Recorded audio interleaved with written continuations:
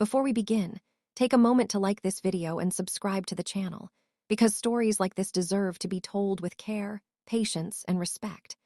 John Travolta is often remembered as a symbol of Hollywood survival, a man who endured decades of fame, reinvention, and public scrutiny. But survival is not the same as peace.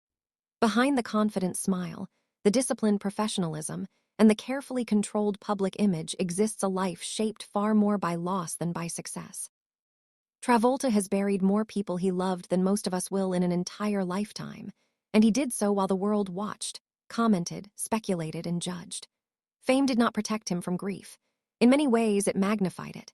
Now in his 70s, John Travolta no longer hides what truly shaped him, not box office numbers, not awards, but grief, silence, and the damage caused when personal pain becomes public property. This is not the story of a superstar chasing relevance.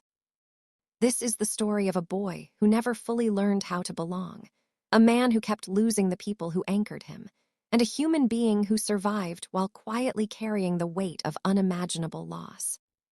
John Travolta's story did not begin in chaos or neglect. In fact, by most standards, his childhood appeared warm, stable, and deeply loving. Raised in a close-knit family, John grew up surrounded by encouragement, creativity, and protection. His mother, Helen Cecilia Travolta, was an actress and singer who filled the home with music, performance, and imagination. His father worked tirelessly to provide stability and supported his children's ambitions without hesitation. According to biographer Winsley Clarkson, the Travolta household was emotionally attentive and fiercely protective, especially of young John. From the outside, it looked like an ideal upbringing, one many people would envy. But what looked like safety also became insulation. John was deeply attached to his mother, emotionally sensitive, and far more comfortable in the world of imagination than in the social chaos of school. The very love that nurtured his artistic spirit also separated him from the realities his peers were learning to navigate. He was protected from cruelty at home, but unprepared for it elsewhere, and that gap would quietly shape the rest of his life. At school, John Travolta did not fit in. While other boys bonded through sports or social groups, John gravitated toward music, Broadway cast recordings, and private fantasy worlds. He has openly admitted that instead of doing homework, he would lie on the floor listening to albums, imagining himself inside those stories. That difference made him an easy target. He was teased, bullied, and labeled strange. His sensitivity, which later became his greatest strength as an actor, was treated as weakness by his classmates. Many days ended with John running home in tears, seeking refuge in the only place he felt safe. As he grew older, the isolation deepened. Loneliness followed him into adolescence, and his inability to connect socially often manifested as behavioral issues rather than rebellion. Suspensions and misunderstandings followed, not because he was defiant, but because he did not know how to function outside the emotional bubble of his family. Clarkson later suggested that while his parents' love nurtured his creativity, it left him emotionally unprepared for rejection, cruelty, and separation. John himself would later say that his inner world simply never matched the one around him. When John Travolta entered the entertainment industry, the outside world assumed his struggles were over. He had talent, charisma, and a face audiences instantly connected with. But emotionally, he was drifting more than ever. Success arrived faster than stability, and fame removed the very routines that had once protected him. Away from his family and familiar structure, John found himself profoundly alone. The same sensitivity that made him magnetic on screen left him vulnerable behind it. One of his earliest film experiences, The Devil's Rain, exposed just how unprepared he was for the emotional isolation of professional sets. The conditions were physically exhausting and socially closed off, and those around him were far more experienced.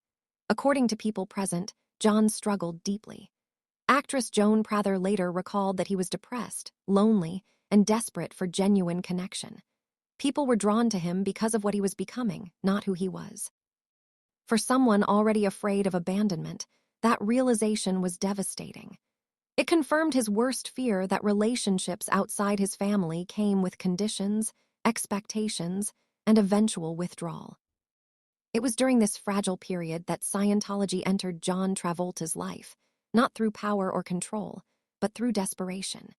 Joan Prather introduced him to the church casually, at a time when John was physically ill and emotionally unraveling. During a severe bout of the flu, she performed a Scientology ritual known as a touch assist. According to her, the effect on John was immediate.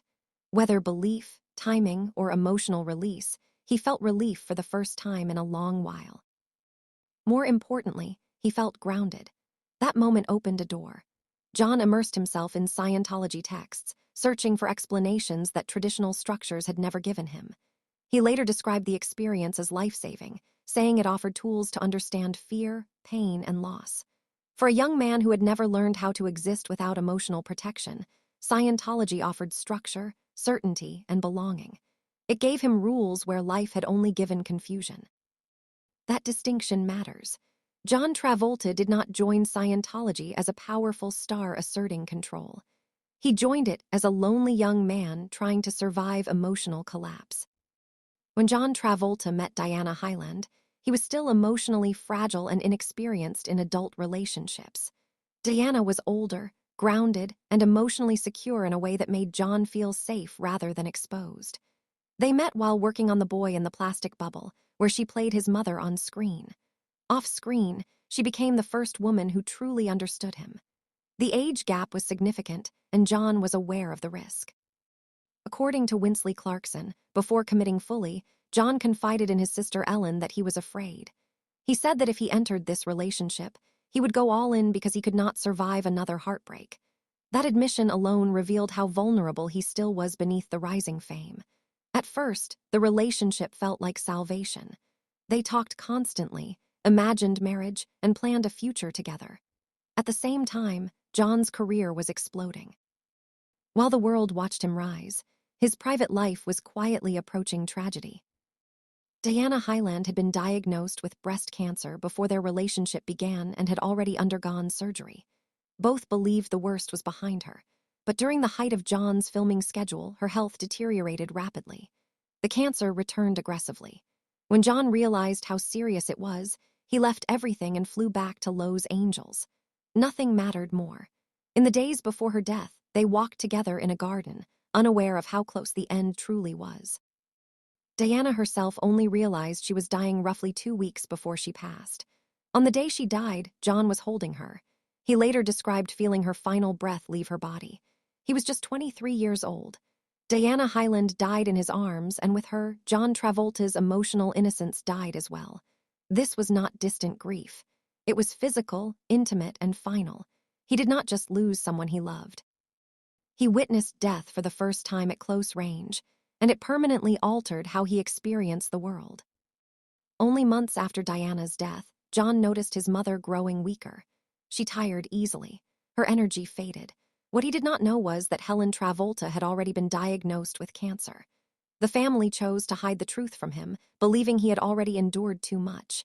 Helen herself agreed, continuing to protect her youngest son even as her health declined. By the time John learned the truth, there was no room left for hope. The realization devastated him. Grief mixed with guilt and betrayal.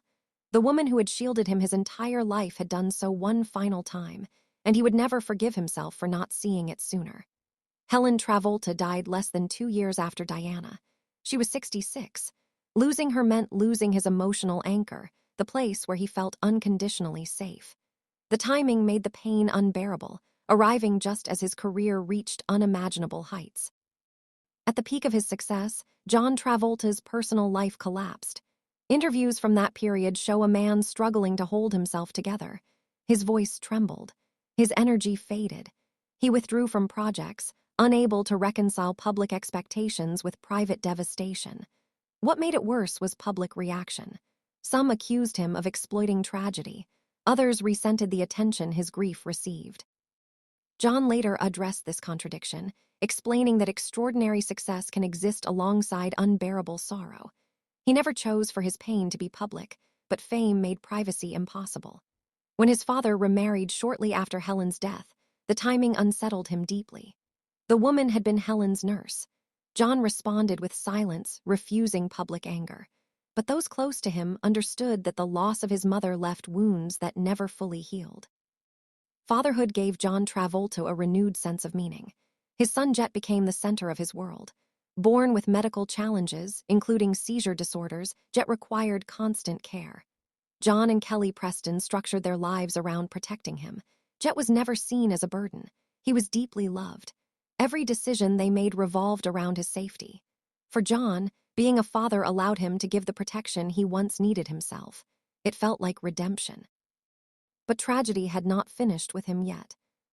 While vacationing in the Bahamas, Jet suffered a seizure in the bathroom, fell, and struck his head.